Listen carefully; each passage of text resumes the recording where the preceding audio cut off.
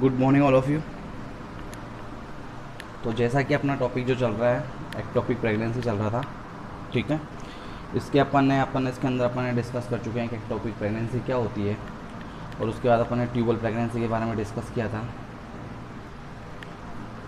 ठीक है। फिर उसके बाद अपन ने बताया था कि साइट ऑफ इम्प्लांटेशन कहाँ होता है, साइट ऑफ इम्प्लांटेशन की बात करी थी। ट्यूबल प्रेगनेंसी के अपन ने देखा था, ईटियोलॉजी देख लिए थे, अपन सिम्टम्स देख लिए थे, ठीक है, अपन ने डिस्कस कर चुके हैं।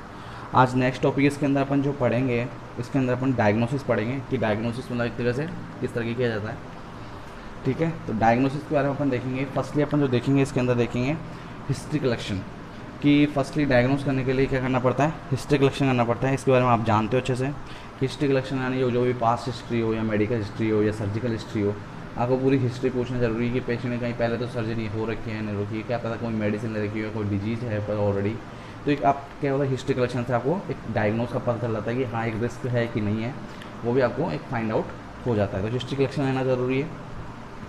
नेक्स्ट सेकंड वन जो डायग्नोसिस करने के लिए जो करते हैं वो ब्लड इन्वेस्टिगेशन करवाते हैं, ब्लड एग्जामिनेशन करवाते हैं, रूटीन ब्लड एग्जामिनेशन, ठीक है। थर्ड वन यूज़ करता है अपन ह्यूमन कोरोनरी गोनाडोट्रोपिक एग्जामिनेशन करते हैं, जिसमें एचसीजी का एग्जामिनेशन किया जाता है, लेबोरेटरी इन्वेस्टिगेशन किया जाता है। इससे ये पता चलता है कि पेशेंट या प्रेग्नेंट है या नहीं है। तो उस कंडीशन में पता लगता है, पता लगे कि अपन को जो सिम्टम्स दिखाई दे रहे हैं, कि आपको मान लो ये सिम्टम्स दिखाई दे रहे हैं कि मैंने बताया था आपको, जैसे एमनोरिया हो रखा हो या पेन हो रखा हो, इरेगुलर वेजाइन ब्लीडिंग हो रखी हो, तो ये कंडीशंस क्या होते हैं, सिम्टम्स दिखाई देते हैं। अगर ये सिम्टम्स दिखाई देते तो आप भी फाइंड आउट नहीं कर सकते कि क्या पता एक्टोपिक प्रेगनेंसी है या नहीं है, क्या पता प्रेगनेंसी ही नहीं हो। तो ये कंडीशन को पता करने के लिए क्या करना पड़ेगा, आपको एक्ससीजी का आपको क्या करना पड़ेगा, एग्जामिनेशन करना पड़ेगा। इस तरीके से लेबोरेटरी वैल्यूज़ को पता करनी पड़ेगी कि एचसीजी का इन्वेस्टिगेशन से पॉजिटिव या नेगेटिव है या नहीं है, अपन को पता लगाना पड़ेगा। क्योंकि अपन ने इसके बारे में डायग्नोसिस ऑफ प्रेगनेंसी के अंदर अपन ऑलरेडी पढ़ चुके हैं। जो डायग्नोसिस ऑफ प्रेगनेंसी अपन पढ़े थे first trimester, second trimester, third trimester के अलग अलग अपन ने देखे थे। उसके अंदर अपन ने एचसीजी के बारे में भी अपन तरीके से अपन ने इनको पता लगाया था कि एचसीजी से भी पता लगाया जा सकता है, ठीक है। तो ये करते हैं अपन। थर्ड वन अपन यूज़ करते हैं डायग्नोसिस के लिए एचसीजी का अपन इन्वेस्टिगेशन किया जाता है। फोर्थ वन करते हैं अल्ट्रासाउंड इमेजिंग। अल्ट्रासाउंड अगर यूएसजी अल्ट्रासाउंड सोनोग्राफी करते हैं अपन, सोनोग्राफी पता करते हैं, तो उससे तो फाइंड आउट हो ही जाता है कि प्रेगनेंसी है या नहीं है, उसका पता चलता है। दूसरी बात कि इसमें ये पता चल जाएगा कि जो एक्टोपिक प्रेगनेंसी है, कि एक्टोपिक प्रेगनेंसी है, मतलब मान लो प्रेगनेंसी हो रखी है और एक्टोपिक है, तो वो कौन सी जगह पर है, नॉर्मल एबनॉर्मल जगह पर, कौन सी जगह पर इम्प्लांटेशन हुआ है, वो सब कुछ इसके अंदर पता चल जाता है, ठीक है।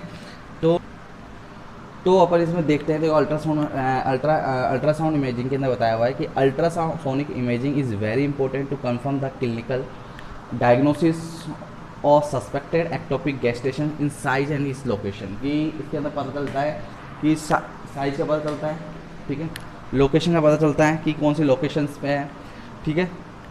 तो अल्ट्रासोनिक इमेजिंग वेरी इंपॉर्टेंट होता है कंफर्म द क्लिनिकल डायग्नोसिस के लिए suspected ectopic gestation is the size and its location, कि कौन कितनी साइज की है एक्टोपिक प्रेगनेंसी, इम्प्लांटेशन कहाँ हुआ है, कौन सी लोकेशन है, सब इसके अंदर पता चल जाता है। तो इसके अंदर अपन को पता लगाने के लिए क्या करना पड़ता है, अल्ट्रासाउंड इमेजिंग करना पड़ता है, जिसमें पूरी अपन को लोकेशन का और उसका साइज का पता चल जाता है, ठीक है।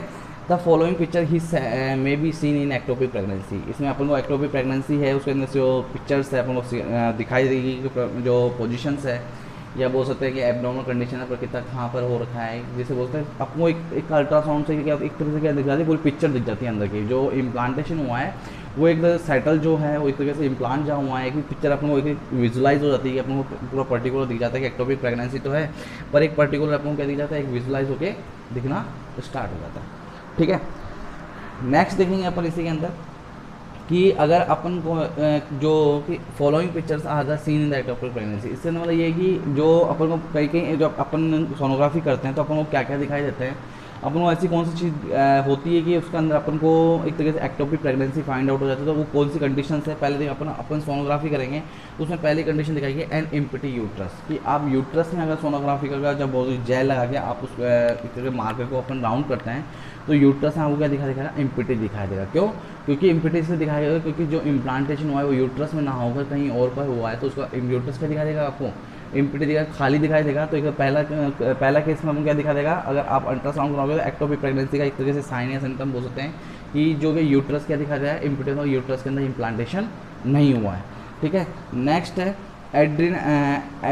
एडनेक्सल मास, ठीक है। एडनेक्सल मास दिखाया जाएगा। एडनेक्सल मास मतलब होता है कि एक लंप होता है टिश्यू का, जो क्या होता है यूट्रस के अंदर, यूट्रस के अंदर एक तरह से मास होता है जो एक तरह से स्ट्रक्चरली क्लोज होता है रिलेटेड टू एक तो हो सकता है अपने फंक्शनली और स्ट्रक्चरली यूट्रस के और ओवरीज और फैलोपियन ट्यूब्स के, इनके चारों तरफ जो कनेक्टिव के चारों तरफ क्या होता है सराउंडेड होता है, जो स्ट्रक्चरली को डिस्टर्ब करता है, फंक्शनली को डिस्टर्ब करता है, किस किस के फैलोपियन ट्यूब को, यूट्रस को और ओवरी को। तो उनके चारों तरफ क्या होता है एक मास, एक तरह का लंप टाइप का, एक टिश्यू टाइप का चारों तरफ फैला हुआ रहता है। उसमें क्या होता है ये कैंसरस भी हो सकता है, बिनाइन कैंसरस भी हो सकता है, जिसे अपन सिंपल या कॉम्प्लेक्स के अंदर डिवाइड कर सकते हैं। तो एक लंप टाइप का अपन को क्या दिखाया जाता है, वहाँ पर एक मास दिखाया जाता है, उसके कारण भी पता चलता है कि उसके कारण भी हो सकता है हैं। अपन को स्ट्रक्चर भी पता लग जाएगी, स्ट्रक्चर आपको एक एबनॉर्मल स्ट्रक्चर दिखाया जा रहा है, फंक्शनली डिस्टर्बेंस हो गए हैं। तो एक तरह का लंप टाइप का एक स्वेलिंग टाइप का क्या होता है, टिश्यूज टाइप का एक कनेक्टिव टिश्यू, एक टिश्यू होता है जो लंप टाइप का, एक तरह से बोल सकते हैं बैलून टाइप का, जैसे बोल सकते हैं अपन बैलून टाइप का या लंप टाइप का, जो क्या होता है उसका अटैच रहता है किसी यूट्रस से हो या ओवरी से या फैलोपियन, जो चारों तरफ क्या होता है सराउंडेड रहता है, जिससे स्ट्रक्चरली और फंक्शनली क्या होता है डिस्टर्बेंस होने के चांसेस होते हैं। वो किससे पता लगेगा, अल्ट्रासाउंड से पता चलेगा, ठीक है। There may be the slide fluid in the cul-de-sac due to the leaking of the unruptured ectopic. Unruptured ectopic से क्या होता है, पता लगता है कि वहाँ पर जो क्या होता है लीकेज होने लगता है, फ्लूइड क्या होता है वहाँ से क्या लीकेज होना स्टार्ट हो जाता है। उस लीकेज से भी क्या पता चलता है कि एक्टोपिक प्रेगनेंसी है या नहीं है। अगर वहाँ से लीकेज हो रहा है, क्या पता लग रहा है कि वो फैलोपियन ट्यूब है, वहाँ से लीकेज होना स्टार्ट हो रहा है, अनरप्चर्ड एक्टोपिक प्रेगनेंसी पर वहाँ से क्या हो रहा है लीकेज हो रहा है, कुछ फ्लूइड बाहर की ओर निकल रहा है, तो उससे भी क्या है फाउंड आउट होने के पता चल जाता है कि हाँ है कि या नहीं है। समझ में आ गया। तो तीन चीज़ तो हमको पता चलेगी कि अगर यूट्रस क्या होता है एम्प्टी होगा, यूट्रस खाली होगा, तो उससे पता चल जाएगा। सेकंड वन होगा एडनेक्सल मास, मतलब एक तरह से लंप टाइप का, एक टिश्यू टाइप का, एक मास टाइप का एक सराउंडेड आएगा, उससे पता चल जाएगा। और वहाँ से फ्लूइड क्या हो जाएगा बाहर की ओर निकलना स्टार्ट होगा। फोर्थ वन है कि बैगल साइन दिखाई देगा। बैगल साइन क्या होता है, मतलब क्या होता है कि बैगल साइन का मतलब होता है कि एक राउंड टाइप का आपको साइन दिखाई देगा कि आप मतलब एक तरीके से जब उसकी अल्ट्रासाउंड करेंगे या बोल सकते हैं अपन सोनोग्राफी करते हैं, तो सोनोग्राफी करेंगे तो उस सोनोग्राफी के अंदर अपन को एक बोल सकते हैं सिक्के के टाइप का क्या होता है, राउंड टाइप का क्या होता है, गोल टाइप का आपको कुछ दिखाई देगा, ठीक है। वो गोल टाइप का जिसके ट्यूबल रिंग जैसे बोल सकते हैं, ट्यूबल रिंग साइन भी बोल सकते हैं अपन को, जिसको बैगल साइन में अपन क्या बोलते हैं ट्यूबल रिंग साइन, क्योंकि वो ट्यूब के अंदर जो फैलोपियन ट्यूब है उसके अंदर क्या रिंग टाइप का वो क्या दिखाएगा, एक साइन दिखाई देगा, जिसे एक अल्ट्रासाउंड का साइन दिखाई देगा, उससे ट्यूबल एक्टोपिक प्रेगनेंसी के अंदर स्पेशली होगा ये, ठीक है। अगर अपन देखेंगे 95% क्या केसेस में क्या होता है पॉजिटिव होता है एक्टोपिक प्रेगनेंसी, ये अनरप्चर्ड एक्टोपिक प्रेगनेंसी की क्या तो ये जो रिंग होती है अनरप्चर्ड प्रेगनेंसी के अंदर ये सराउंडेड होती है। तो ये bagel sign gestation second adnexa surrounded by the hypoechoic ring fetal heart and adnexal mass can be seen in the 10% cases, कि आपको 10% केसेस में क्या होता है ये एडिनेक्सल मास आपको सीन दिखाई देगा।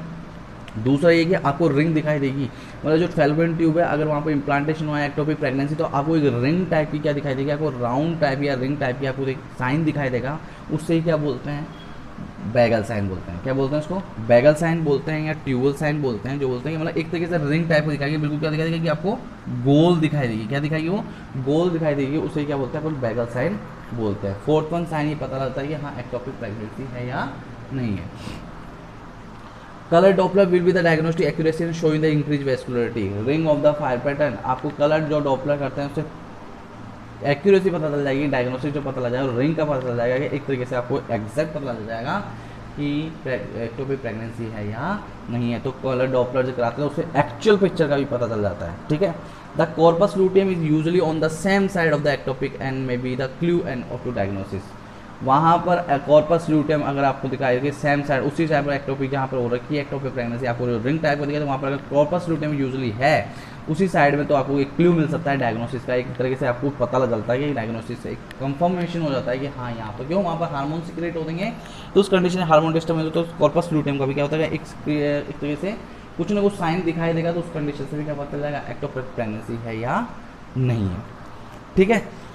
यहाँ तक समझ में आ गया आपको, ठीक है। अब अपन देखेंगे कि नेक्स्ट जो अपन करते हैं इसके अंदर कि आपने पहले जो हिस्ट्री कलेक्शन किया, सेकंड वन आपने किया कि उसका इन्वेस्टिगेशन किया, ब्लड इन्वेस्टिगेशन किया, सेकंड वन किया कि आपने एससीजी टेस्ट किया, नेक्स्ट वन आपने किया कि उसको अल्ट्रासाउंड इमेजिंग किया। अल्ट्रासाउंड में आपने देखा कि 6 साइन दिखाई दिया आपको, जिससे पता चल जाएगा पता लगे कि एक्टोपिक प्रेगनेंसी है या नहीं है। नेक्स्ट करेंगे लेप्रोस्कोपी। लेप्रोस्कोपी को अगर डायग्नोसिस करने के लिए मतलब एक तरीके से डायग्नोस करने के लिए स्कोप या नहीं बोलते देखना, उस चीज़ को डायग्नोस करना कोई भी प्रोसीजर करके थ्रू, मतलब इंस्ट्रूमेंट्स के थ्रू आप एब्डोमिनल ऑर्गन्स के अंदर या बोल सकते हैं कि अपन बोल सकते हैं कि ये एक प्रोसीजर होता है जिसमें क्या होता है, इन्वेजिव प्रोसीजर होता है जिसमें क्या होता है कट लगाकर बोल सकते हैं कि इंसर्ट एक मतलब एक कैमरे की तरह की ट्यूब डाल जाती है जो स्कोप की जो पिक्चर दिखाई देती है, एलईडी लगी होती है उसके अंदर आपको पूरे ऑर्गन्स जो भी एब्डोमेन के अंदर जितने भी ऑर्गन्स होते हैं उनको देखने के लिए, डायग्नोस करने के लिए एक्टोपिक प्रेगनेंसी है या नहीं है, या अगर है तो इम्प्लांटेशन कहाँ पर होता है, प्रॉपर पिक्चर दिखाई देती है, बेबी बिल्कुल एग्जैक्ट पोजीशन और साइज उसकी पता चल जाती है। तो लेप्रोस्कोपी करते हैं, लेप्रोटोमी करते हैं। नेक्स्ट वन करते हैं लेप्रोटोमी। लेप्रोटोमी में क्या करते हैं, लेप्रोटोमी में क्या करते हैं, रिमूव कर देते हैं। क्या कर देते हैं, रिमूव कर दिया जाता है लेप्रोटोमी के अंदर। इसमें क्या करते हैं कि जैसे एब्डोमेन को कट करके और एब्डोमेन कट करके पूरा इंसिजन करके एब्डोमेन कैविटी को और ऑपरेशन परफॉर्म किया जाता है एब्डोमिनल ऑर्गन्स का, या डायग्नोसिस किया जाता है जो भी प्रॉब्लम्स है वो क्या करते हैं आप लोग देखते हैं केस के अंदर जो आइडेंटिफाई करते हैं उस कंडीशन के अंदर लेप्रोटोमी की जाती है, उससे डायग्नोस करने के लिए किसी एक्टोपिक प्रेगनेंसी है या नहीं। तो मतलब एक तरीके से ये पता लगाने के लिए कि एक्टोपिक प्रेगनेंसी है या एक्टोपिक प्रेगनेंसी कौन सी जगह पर, तो उसको पता लगाने के लिए लेप्रोटोमी भी करते हैं। तो डायग्नोसिस करते हैं ये, लेप्रोस्कोपी करते हैं और लेप्रोटोमी भी करते हैं। समझ में आ गया यहाँ पर, ये डायग्नोसिस आपका कंप्लीट हो गया है। नेक्स्ट में देखते हैं अपन इसके अंदर मैनेजमेंट की बात करेंगे कि management of the ectopic pregnancy. मैंने आपको इसके अंदर जो मैनेजमेंट है मैं आपको थ्योरी बताऊँगा थोड़ी सी कि थोड़ी आपको एक बताऊंगा कि मैनेजमेंट कैसे करते हैं। वैसे मैंने आपको एक चार्ट के थ्रू मैं आपको पूरा मैनेजमेंट समझाऊंगा, वो चार्ट मैं आपको कल समझाऊंगा, पूरा चार्ट आपको बताऊंगा। उस चार्ट को आप अच्छे से पढ़ लीजिए, उस चार्ट से अकॉर्डिंग आप मैनेजमेंट अच्छे से लिख सकते हैं, ठीक है। तो मैनेजमेंट की बात करेंगे तो ectopic pregnancy, basic principle of management acute ectopic pregnancy, stimulation और रिसस्टेशन एंड लेप्रोटोमी। कि जो सिद्धांत है इसका मैनेजमेंट का, acute ectopic pregnancy, stimulation, resuscitation and laparotomy पे क्या करता है, ये वर्क करता है। जैसे इसको मैनेज करना चाहिए कि लेप्रोटोमी है या रिसस्टेशन है, उसको रिकवर करना एंड लेप्रोटोमी करना, उस चीज़ को रिमूव कर देना इस कंडीशन से। मतलब एक तरीके से मैनेजमेंट एक्टोपिक प्रेगनेंसी का मैनेजमेंट है कि उस चीज़ को या तो रिकवर कर लो कि स्टिमुलेशन ऑफ द रिसस्टेशन, स्टिमुलेट करके रिकवर कर लो उस चीज़ को, या फिर लेप्रोटोमी कर लेनी चाहिए। तो देखते हैं कि फर्स्टली है कि मैनेजमेंट ऑफ द शॉक, कि अगर शॉक में चला जाए, अगर ब्लीडिंग बहुत ज़्यादा हो गई है, बहुत ज़्यादा ब्लड लॉस हो गया है, तो उस कंडीशन में शॉक को कैसे रिकवर किया जाए। तो ऑब्वियसली बात है कि ब्लड लॉस ज़्यादा हो गया तो ब्लड ट्रांसफ्यूजन करना है या फ्लूइड ट्रांसफ्यूजन करना है, जिससे क्या हो जाता है जो शॉक लगा उसको रिकवर कर सके। तो intravenous hydration and treatment of shock perform by the willing of the patient operation theatre is urgent laparotomy. कि इंट्रावेनस हाइड्रेशन, अगर इंट्रावेनस के थ्रू कोई फ्लूइड ट्रांसफ्यूज किया जाता है, treatment of the shock perform by the willing patient operation theatre में है for the किसके लिए, अर्जेंट लेप्रोटोमी होने वाली है, और उसकी क्या है, शॉक में चला गया है तो उसके लिए क्या करना है, इंट्रावेनस हाइड्रेशन थेरेपी या ट्रीटमेंट को शॉक को परफॉर्म करना ज़रूरी है, ठीक है। या बोल सकते हैं कि the patient is the operation theatre for urgent laparotomy. तो इसको अपन कह सकते हैं कि अगर मान लो कोई अर्जेंट ऑपरेशन थिएटर में कोई अर्जेंट लेप्रोटोमी हो रही है और उसकी कंडीशन की शॉक का ट्रीटमेंट को अपन ट्रीटमेंट करने के लिए तो व्हील चेयर पर ले जाते हैं, व्हीलिंग वाइल व्हीलिंग परफॉर्म होता है, उस टाइम में भी क्या कहते हैं, इंट्रावेनस हाइड्रेशन ट्रीटमेंट कर सकते हैं, या बोल सकते हैं इंट्रावेनस फ्लूइड फ्लो कर सकते हैं उस कंडीशन में जब अर्जेंट लेप्रोटोमी ऑपरेशन थिएटर में ले जा रहे हैं। तो उस कंडीशन के अंदर अपन इंट्रावेनस फ्लूइड, क्योंकि अगर वो शॉक में चला गया तो उस कंडीशन में क्या हो जाएगा, उसको दिक्कत भी हो सकती है, तो उस कंडीशन में के लिए इंट्रावेनस फ्लूइड देना ज़रूरी है, ठीक है। जिसके अंदर रिंगर लेक्टेट आरएल देते हैं, ringer lactate dextrose saline solution the colloids are started preferably through the 2 wide bore cannulas really venesection and may have the perform patient in a shock. अगर पेशेंट शॉक में है, उस condition बहुत ज़्यादा severe condition में है, उस condition के अंदर आप रिंगल लैक्टेट आरएल डेक्सट्रोज को उसका सॉल्यूशन प्रोवाइड एक तरीके से स्टार्ट करना है। फिर 2 वाइट बोर कैनुलास, 2 बड़े बड़े कैनुलास के अंदर उसको, क्योंकि शॉक कंडीशन है तो इंट्रावेनसली आपको फ्लो करना है, बहुत ज़्यादा रिंगल लैक्टेट आपको आरएल उसको फ्लो करना है, जिससे उस शॉक को क्या कर सके, प्रिवेंट कर सके। 2-4 यूनिट ऑफ ब्लड ट्रांसफ्यूजन अगर अरेंज हो जाती है 2-4 यूनिट्स, तो आपको अरेंज करा के आपको 2-4 यूनिट्स आपको ब्लड ट्रांसफ्यूजन करना है, जिससे शॉक से बचा सके। Injection anti D 50 mg microgram given तो RH नेगेटिव वुमेन, अगर RH नेगेटिव वाली वुमेन है तो उसको कौन सा इंजेक्शन देना है, इंजेक्शन एंटी डी 15 माइक्रोग्राम को इंजेक्शन प्रिस्क्राइब करना है, या बोल सकते हैं एडमिनिस्टर करना है, ठीक है। तो ये शॉक के मैनेजमेंट है कि आपको ये चीज़ तो आपको करना ही है। अब हम देखते हैं कि अब ये शॉक करते हैं, अपन इस दिन देखें कि लेप्रोटोमी कैसे करते हैं, कि लेप्रोटोमी ज़रूरी है कि इस कंडीशन के अंदर अगर एक्टोपिक प्रेगनेंसी होगी तो लेप्रोटोमी जरूरत है। इसकी कौन कौन सी कंडीशन है जहाँ पर लेप्रोटोमी कर सकते हैं। पेशेंट इन ए शोक, पेशेंट अगर शोक में है तो लेप्रोटॉमी करना एक तरीके से अपन कर सकते हैं उस कंडीशन के अंदर। लेप्रोटॉमी इज कब कॉन्ट्राइंडिकेटेड है? Due to the poor general condition and other medical condition like a heart disease. अगर उसके पेशेंट को कोई हार्ट डिजीज हो रखी हो या बोल सकते हैं जनरल कंडीशन बिल्कुल पुअर हो, तो उस कंडीशन में लेप्रोटॉमी नहीं कर सकते हैं, इंसिसर नहीं कर सकते उस कंडीशन के अंदर, किसी को रिमूव नहीं कर सकते। अगर signs inter tubal rupture and intraperitoneal bleeding हो रखी है, कि अगर ट्यूबल रप्चर हो गया है, अगर उसके साथ साथ में इंट्रापेरिटोनियल ब्लीडिंग हो रही है, साइंस इंटर दिखाई दे रहे हैं, तो लेप्रोटोमी करना है। And dense addition and suspected, अगर मान लो कोई भी पहले से ऑपरेशन या कोई घाव हो रखा है उस जगह पर, तो उस कंडीशन में लेप्रोटोमी करना ज़रूरी है। Is the like a multiple surgery in the past, कोई सर्जरी हो तो जिसके कारण कॉम्प्लिकेशन हो रहे हो, एक तरीके से अपन बोल सकते हैं इसके अंदर, ठीक है। अब लेप्रोटोमी अपन कर तो रहे हैं कि इंडिकेशंस है, आपने बता दिया कि इंडिकेशन कौन कौन से हैं कि आप कौन से कर सकते हैं। कॉन्ट्रा इंडिकेशन है कि एक दो ही कंडीशन है कि एक पुअर जनरल कंडीशन अगर हो या फिर हो सकते हैं हार्ट डिजीज, तो उस कंडीशन में लेप्रोटोमी नहीं कर सकते।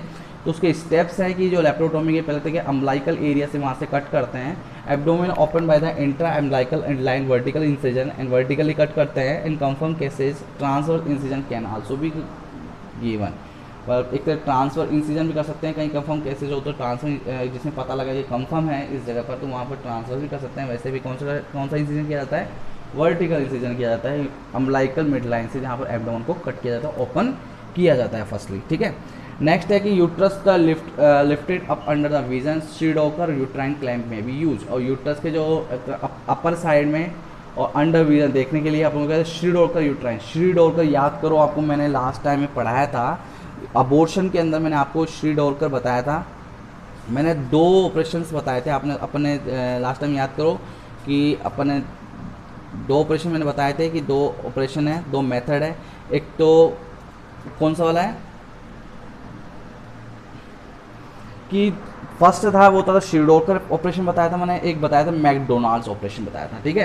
तो इसमें अपन को यूट्रस को देखने के लिए इसमें क्या करते हैं, इसमें पेशेंट को क्या करते हैं, श्रीडोकर में क्या करते हैं, जनरली एनेस्थेसिया लगाते हैं, लिथोटोमी पोजीशन प्रोवाइड करते हैं, और जो सर्विक्स होता है लिप्स का उसको पुल्ड अप करके स्पंज करके होल्डिंग का मतलब एलिस फोर्सेप्स से क्या करते हैं, इसको यूज करके श्रीडोकर ऑपरेशन कहता है। यूट्राइन क्लैम करके मैं भी यूज, यूट्रस को क्या करते हैं, क्लैम करके श्रीडोकर से बोलते हैं कि अपन को ओपन करके उसको क्या लिफ्ट भी अपर साइड करके कि lifted up and under vision, नीचे की ओर देखकर श्रीडोकर यूट्राइन क्लैम करके अपन वो उसको सीन कर सकते हैं, उस जगह अपन ऑपरेट कर सकते हैं। तो श्रीडोकर में तो एक तरह से अपन एलिस फोर्स के थ्रू क्या करते हैं, कट इसको यूज करके अपन करते हैं इसके अंदर, ठीक है। और उसके अंदर मैकडोनाल्ड्स के अंदर तो अपन ने देखा था कि जो इसमें तो क्या होता है राउंडेड क्या होता है, इसमें सूचर होते हैं, और उसमें क्या होता है क्लॉकवाइज होते हैं। मैंने देखा था मैकडोनाल्ड में क्लॉकवाइज क्या होता है, सूचर लगाया जाता है, अपन इसके अंदर अपन पढ़ चुके हैं।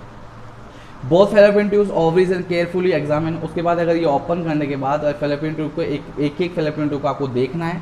Fallopian tube ovaries carefully examine 1 by 1 and find out the site of the ectopic pregnancy, देखकर उसको फाइंड आउट करते हैं एक्टोपिक प्रेगनेंसी कौन सी जगह पर है, कहाँ पर इम्प्लांटेशन हुआ है, ये चीज़ इसके अंदर अपन देखते हैं, ठीक है। जिससे पता चल जाएगा कि कंडीशन किस तरह की, अगर मान लो उस कंडीशन का पता चल गया एक्टोपिक प्रेगनेंसी हो या नहीं हो, उस चीज़ का अपन को पता चल जाएगा, ठीक है। ठीक है, नेक्स्ट वन अपन करते हैं कि इसमें अपन करते हैं कि साल्पिंगटोमी एक सर्जिकल रिमूवल है कि इस फेलोपियन ट्यूब को रिमूव किया जाता है, क्योंकि वहाँ पर अगर एक्टोपिक प्रेगनेंसी हो रखी है, वहाँ पर इम्प्लांट हो, तो एक तरीके से अगर मान लो ये कंडीशन हो गई है तो साल्पिंगटोमी वहाँ से फेलोपियन ट्यूब को क्या कर दिया जाएगा, रिमूव कर दिया जाएगा। क्या पता आगे चांसेज हो कि अगर प्रेगनेंसी हो तो आगे भी चांसेस हो सकते हैं, नहीं हो सकते, जहाँ पर इम्प्लांटेशन हो तो उस वाले पार्ट को क्या होता है, रिमूव कर दिया जाता है। Role of the subtotal hysterectomy, it is a rarely performed for the interstitial pregnancy, large uterine retention, shock patient and corneal rejection usually performed in the current practice। ठीक है, इसका मीन ये है कि जैसे कि इसका मतलब ये है कि जैसे कि हिस्टेक्टोमी जो होता है, हिस्टेक्टोमी रिमूव करना उस चीज़ एक तरीके से is really perform to the interstitial pregnancy, ये बहुत ही कम परफॉर्म किया जाता है कि इंटरस्टिशियल प्रेगनेंसी के अंदर फॉर लार्ज यूट्राइन रेंट इस शॉक पेशेंट को, अगर मान लो कोई लार्ज यूट्राइन एक तरीके से शॉक में पेशेंट कॉर्नियल रिजेक्शन हो जाए, usually perform the current practice के अंदर जी इस तरीके से किया जाता है। जैसे मोस्टली ये यूज एक तरीके से रोल है कि सब टोटल हिस्टेक्टोमी ये रियली परफॉर्म किया जाता है, ये इंटरस्टिशियल प्रेगनेंसी में किया जाता है, नहीं अदरवाइज ये नहीं किया जाता है इसके अंदर। ठीक है, तो ये मैनेजमेंट था इसका जो मैं फ्लो चार्ट में आपको अच्छे से समझाऊंगा, इसके अंदर भी और भी अच्छे से मैं आपको बताऊंगा। ठीक है, तो आज की क्लास इतनी है। ठीक है, तो आज के लिए इतना ही है, ये पढ़िए और नोट्स कंटिन्यूस लिखते रहिए। आपका एक्टोपिक प्रेगनेंसी शायद कल या परसों कंप्लीट हो जाएगा, फिर उसके बाद अपन नेक्स्ट टॉपिक स्टार्ट करेंगे। ठीक है, एक्टोपिक प्रेगनेंसी जल्दी खत्म करने की कोशिश में हूँ। ठीक है, आज के लिए इतना ही है। Thank you so much. Have a great day.